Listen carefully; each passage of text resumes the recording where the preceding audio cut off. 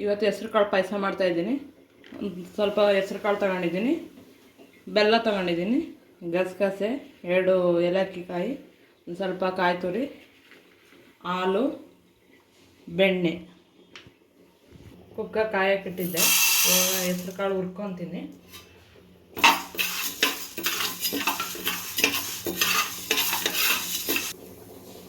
ಹೆಸ್ರು ಕಾಳು ಹುರ್ಕೊಂಡಿದ್ದೀನಿ, ಅದಕ್ಕೆ ನೀರು ಹಾಕೊತಾ ಇದ್ದೀನಿ.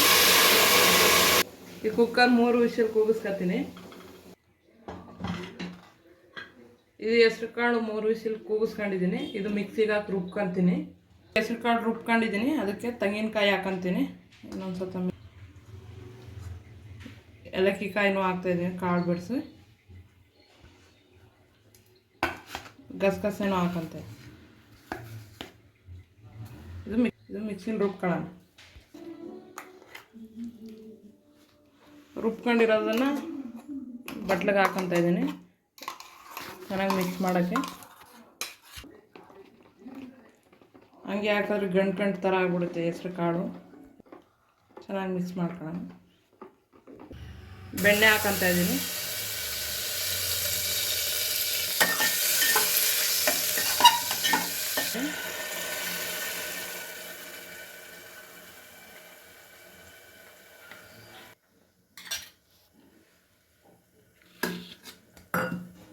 ಬೆಲ್ಲ ಹಾಕೊತಾ ಇದ್ದೀನಿ.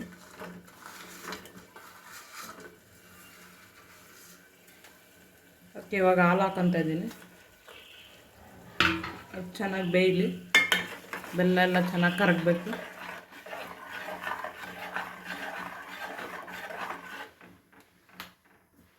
ಇನ್ನೊಂದು ಸ್ವಲ್ಪ ನೀರು ಹಾಕೊತಾ ಇದ್ದೀನಿ. ಒಂದು 5 ನಿಮಿಷ ಬೇಯಲಿ. ಹೆಸ್ರು ಕಾಳು ಪಾಯಸ ಬೇಯ್ತಾ ಇದೆ. ಇಷ್ಟು ಗಟ್ಟಿ ಮಾಡಿದ್ದೀನಿ. ನಿಮಗೆ ಎಷ್ಟು ಬೇಕೋ ಅಷ್ಟು ಗಟ್ಟಿ ಮಾಡ್ಕೊಳ್ಳಿ. ನನಗಿಷ್ಟೇ ಸಾಕು, ಗಟ್ಟಿ ಅಷ್ಟೇ ಮಾಡಿದ್ದೀನಿ. ಇದು ಹೆಸ್ರು ಕಾಳು ಪಾಯಸ ರೆಡಿ ಆಯಿತು. ಇದು ತುಂಬ ಒಳ್ಳೆಯದು. ನೀವು ಒಂದು ಸತ ಟ್ರೈ ಮಾಡಿ, ಲೈಕ್ ಮಾಡಿ, ಸಬ್ಸ್ಕ್ರೈಬ್ ಮಾಡಿ, ಶೇರ್ ಮಾಡಿ. ಪಾಯಸಕ್ಕೆ ಇವಾಗ ಬೆಣ್ಣೆ ಹಾಕ್ಕೊಂಡು ಕುಡಿಯೋ ಟೈಮ್ ಒಂದು ಸ್ವಲ್ಪ ಬೆಣ್ಣೆ ಹಾಕೊಳ್ಳಿ.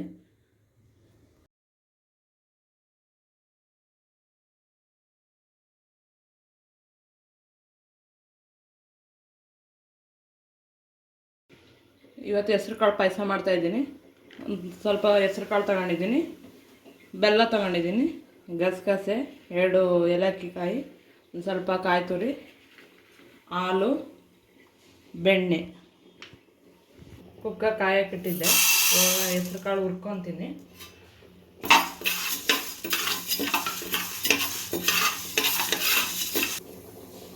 ಹೆಸ್ರು ಕಾಳು ಹುರ್ಕೊಂಡಿದ್ದೀನಿ, ಅದಕ್ಕೆ ನೀರು ಹಾಕೊತಾ ಇದ್ದೀನಿ. ಈ ಕುಕ್ಕರ್ 3 ವಿಷಲ್ ಕೂಗಿಸ್ಕೊತೀನಿ.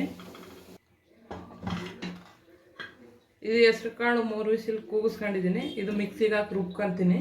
ಹೆಸ್ರು ಕಾಳು ರುಬ್ಕೊಂಡಿದ್ದೀನಿ, ಅದಕ್ಕೆ ತೆಂಗಿನಕಾಯಿ ಹಾಕೊತೀನಿ. ಇನ್ನೊಂದು ಸ್ವಲ್ಪ ಏಲಕ್ಕಿ ಕಾಯಿನೂ ಹಾಕ್ತಾಯಿದ್ದೀನಿ, ಕಾಳು ಬಿಡಿಸಿ. ಗಸಗಸೆನೂ ಹಾಕೊಂತೆ. ಇದು ಮಿಕ್ಸಿನ ರುಬ್ಕೊಳ್ಳೋಣ. ರುಬ್ಕೊಂಡಿರೋದನ್ನು ಬಟ್ಲಿಗೆ ಹಾಕೊತಾ ಇದ್ದೀನಿ, ಚೆನ್ನಾಗಿ ಮಿಕ್ಸ್ ಮಾಡೋಕ್ಕೆ. ಹಂಗೆ ಹಾಕಿದ್ರೆ ಗಂಟು ಥರ ಆಗ್ಬಿಡುತ್ತೆ ಹೆಸ್ರು ಕಾಳು. ಚೆನ್ನಾಗಿ ಮಿಕ್ಸ್ ಮಾಡ್ಕೊಳ್ಳೋಣ. ಬೆಣ್ಣೆ ಹಾಕೊತಾ ಇದ್ದೀನಿ.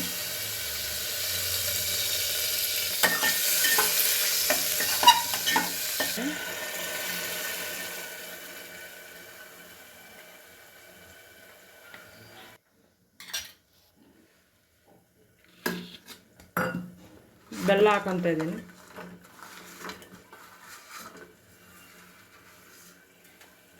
ಅದಕ್ಕೆ ಇವಾಗ ಹಾಲು ಹಾಕೊತಾ ಇದ್ದೀನಿ. ಅದು ಚೆನ್ನಾಗಿ ಬೇಯಲಿ, ಬೆಲ್ಲ ಎಲ್ಲ ಚೆನ್ನಾಗಿ ಕರಗಬೇಕು.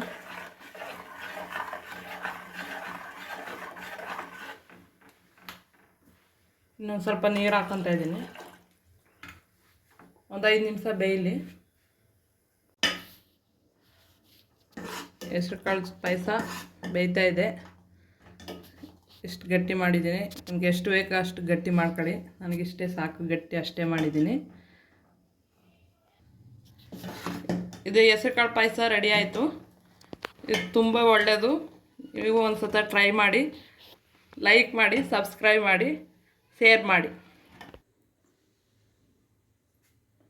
ಪಾಯಸಕ್ಕೆ ಇವಾಗ ಬೆಣ್ಣೆ ಹಾಕ್ಕೊಂಡು ಕುಡಿಯೋ ಟೈಮ್ ಒಂದು ಸ್ವಲ್ಪ ಬೆಣ್ಣೆ ಹಾಕೊಳ್ಳಿ.